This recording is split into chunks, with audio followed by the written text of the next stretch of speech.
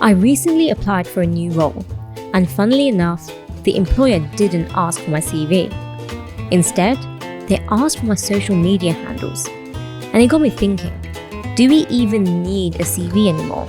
Or can opportunities just find us? It also got me thinking, I should probably make some new accounts. Over the past year, I have been trying to figure out how I could broaden my horizons without feeling the need to just sell myself. And I realized that a lot of people are now starting to promote this idea of building yourself in public.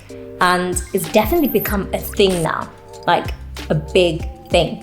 And what I mean by public is building yourself online, and not just the end product, but the process too.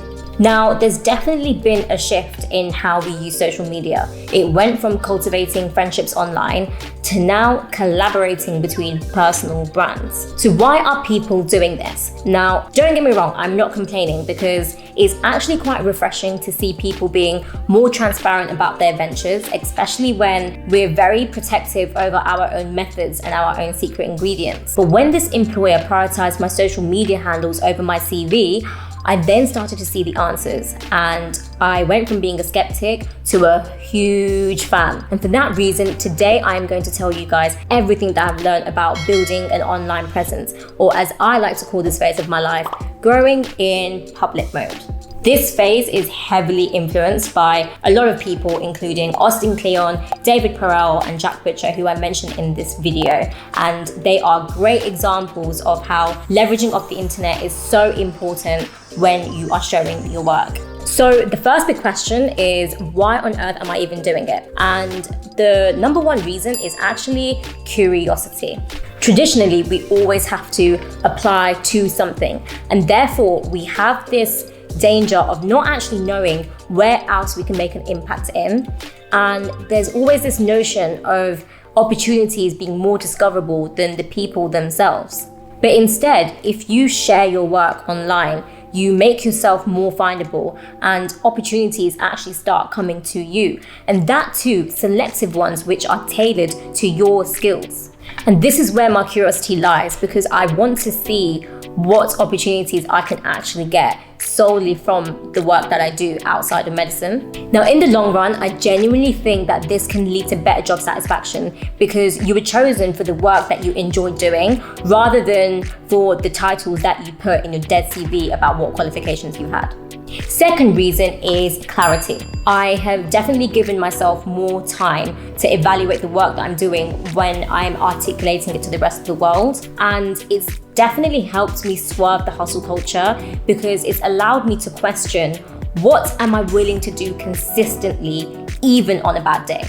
Now, the next point is probably the most important one, and that is perfectionism is no longer appealing. Now, I don't think it ever was. I think over time, we have just become more obsessed with trying to find shortcuts that can make us perfect quicker, rather than appreciating the graft behind it.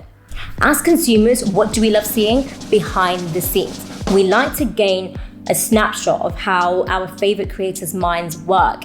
And this isn't a new thing. This has been going on for decades. This is why we like to watch the interviews of our favorite actors, we like to watch documentaries, and we're often the first to buy their autobiography.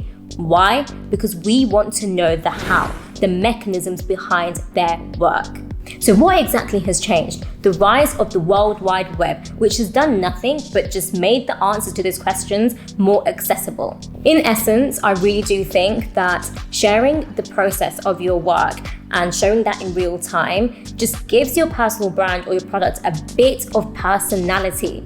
Now, in a world where we stress so much about finding our niche, people actually fail to recognize that it's often how you do something that becomes your USP, as opposed to what you do. And as Austin Kleon says in his book, in doing so, you slowly define your own niche as opposed to trying to mold into the existing ones. Now, I'm a very musically driven person, and the way I see a niche is almost like a genre. And within all the genres, you have so many different types of artists, and each of the artists are known for their style, whether it's, the tempo, the flow, the beats. But one thing that makes them stand out and the singles that do the best are the ones which include the raw details. And it's the ones where they share their story. Even Elon Musk recently tweeted and said, "Factory is the product." So long story short, people just want to connect with the story. They want to find points at which they can relate to so that not only do they find you, but they remember you. Now, building yourself in public isn't for everyone, and putting yourself out there takes a lot of guts. I'm generally a very extroverted person, but till this day when I sit in front of a camera, I just feel like going. It's really hard to start, and it's even harder to stay consistent when A, you don't know what is worth sharing, and B, when you feel like your work is not ready to show to the world. And this is where I talk about exhibition versus expression. Now, in this section, the main point to take away is we all have something to share. Whether it's a project or a talent or knowledge, we all have something to share. When we're learning to be a creator, we get so wound up about other people's work that we just minimize the existing knowledge that we do have, and we just constantly look forward and forget that there's people behind us who don't know the things that we already do know, Now let's quickly cover this annoying culprit of perfectionism. Now, the internet is really a lovely place where you get to meet lots and lots of new friends. Okay, no, for real. For a long time, I think we see the internet as a multimedia museum where you only get to see the highlights and the work of the best people, or otherwise known as an exhibition.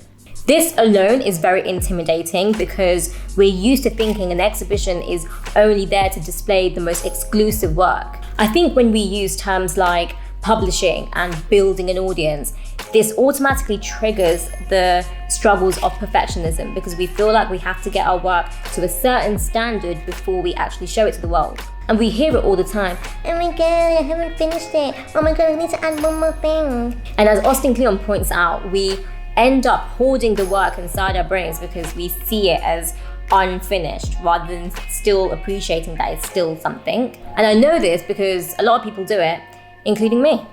But if we actually look closely, the people that are doing really well solely by building an online presence, they do so because on the times when they're not showing a work, they're still expressing their opinions, their perceptions, things that they've read about, or just sharing the backstory behind their product. And this is what we call expression. I, till this day, get pushed back by perfectionism a lot. And what's helped me is change the mindset of, instead of saying I'm building an audience, I just say to myself, you know what? I'm making connections with lit people. And instead of saying things like, oh, I'm publishing this, I just kind of say to myself, you know what? I'm just sharing my work. In his book, Austin Kleon elaborates about this idea of being a genius rather than a genius. And being a genius kind of revolves around the idea that creativity is a collaboration. Now, weirdly enough, as a doctor, this really resonated with me because one of the most important things in healthcare is medical research. And medical research is all about collaboration. We get rewarded for sharing our research, even if the outcome isn't what we expected. Because at the end of the day, that collaboration's goal is to make sure that people live healthier lives. And the same applies for creators. Only there are times when we can get really protective over our own work and the originality behind it. But at the end of the day, showing the processes only just adds another option to the mix for people to apply to their own work. Social media is like the millennial marmite. You either love it or you hate it. These platforms have made the world a smaller and a more connected place, but yet has a danger to disconnect us from our reality. Deep. But before you all start cancelling me with quotes from Social Dilemma, I'm going to break some news to you. Social media, or in fact the internet, isn't going anywhere anytime soon. And this is why I have been trying to find ways in which I can leverage off the internet the healthy way rather than getting sucked into the toxic traits. Whilst I think social media detoxes are great, they've never actually been the answer to the fact that when I'm on it, my habits are bad. And this is where I started to realize the importance of having a balance between being a consumer and a creator. My use of social media has definitely changed from when I first started, as I'm now only following and consuming the things that I think will upscale my skills. And this brings me on to my next learning point, and that is define your purpose as a consumer, because that will help you define your purpose as a creator. Now, if at this point of the video I have convinced you guys to switch to public mode with me, then the next big question is, where the hell do you start? The World Wide Web just keeps on going, and day in, day out, I just feel like, you know what, I can't keep up. Creating a website, making a TikTok, going on Twitter, making an Instagram, it just keeps on growing. But do we even need to use every single platform? 100% not. Pretty much any platform alone has the ability to change your life, but here are some of the main things that I think you should consider. Firstly, ask yourself, what is your end goal, and be really realistic. You can't just sit there and say, oh my god, I want to be famous. The next point is a statement by Jack Butcher, who says, you want to be known for something that you can be consistent at. So definitely choose a platform that will allow you to do this. The last point is be where your audience is at. Growing in public mode means you get instant feedback, the good, the bad, and inevitably some trolls. So I think in general, you've got Twitter, which is where all your writers are at. Then you've got Instagram, where you've got the filmmakers, the photographers, everything visual. And then you've got Facebook, which is where all the cobwebs are at. Another thing that Jack Butcher says, which I swear by, is when you're starting out, you want to make noise and then listen to the signal. So whilst in the beginning, you are putting your work out anywhere and everywhere and being loud, you want to then start kind of seeing how your audience reacts to the things that you're putting out. And based on that, you want to give yourself some direction and then think about creating a more intimate audience, either through a personal website or a newsletter. The two newsletters that I first signed up to was Life Lemons by Faisal Jamshed and Visual Wisdom by Deepal Ashok. I signed up to them because they were both around 3 to 5 minute reads. They had a very conversational tone, but they had really valuable takeaways. And after a year's worth of weekly articles from both writers, I genuinely feel like I've started to understand them more and appreciated just how transparent they've been throughout this journey. And so now in the future, if they ever think about monetizing their work or their product, the likelihood of me actually buying it is very high, because I believe in the ethos behind their work, which they shared from day one. And this is why I think newsletters are the underdogs, and I think in the next couple of years or even months, we're definitely going to see more of an exponential rise in this medium. The fact is that when it comes to newsletters, you don't feel like you're spamming people because they have voluntarily subscribed for you to slide into their DMs. So why wouldn't you do it? David Perell, who is a writer, teacher, and a podcaster, recently shared his methods of building a personal monopoly. Monopoly, as we know it, is essentially that unique selling point that makes you different from everyone else. And the quote that he goes by is, "You want to be the only one who does what you do." And this alone is actually really daunting, especially when on the internet, the market is just so saturated. So I recently attended this talk online with him and Jack Butcher, where they talk about building your personal monopoly. And this talk completely blew my mind because it was the ultimate goals for when you do build your personal brand. Now in this talk, they highlighted a question from Naval, who asked, what are you irrationally passionate about?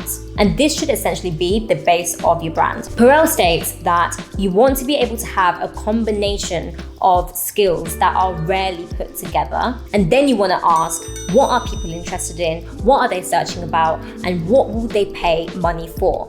And so the more diverse your personal monopoly is, the better the chances are at you differentiating yourself from other people. He also talks about personal monopolies being on a spectrum from being explicit to implicit. So the explicit personal monopolies are essentially the ones that you'd probably summarize yourself in a CV. So I'm a doctor, I went to this uni, these are the qualifications that I have.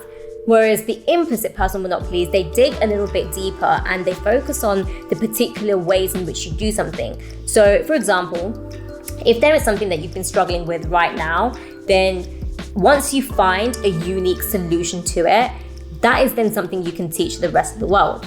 And these unique solutions that you come up with essentially become the seeds of your personal monopoly.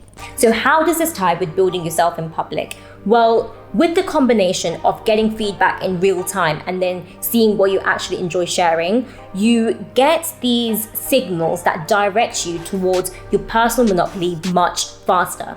Perell often refers to us as the citizens of the internet, and the internet being a free personal agent who finds and scouts opportunities for you even in your sleep. So all we need to do is literally just click one button and let our work speak for itself. Now, it can take absolutely years to figure this out and to build your personal monopoly. And you know what? This is even more of a reason why we should all just start now. Now, by letting go the desire to be perfect and realizing the value of expressing our work and expressing our stories, do we then start to form a healthy relationship with social media? And for once, we regain control of the opportunities that we expose ourselves to. Yo guys, I hope you enjoyed this video.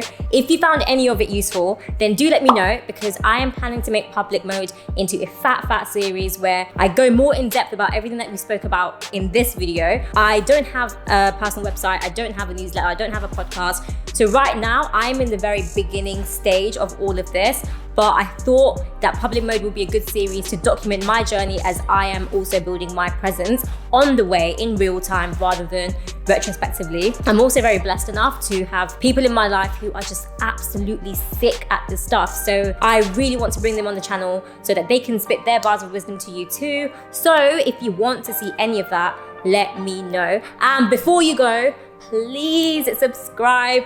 Regardless of if public mode is a series or not, I'm still gonna give you guys some lit content. So stay safe and I'll see you in the next video.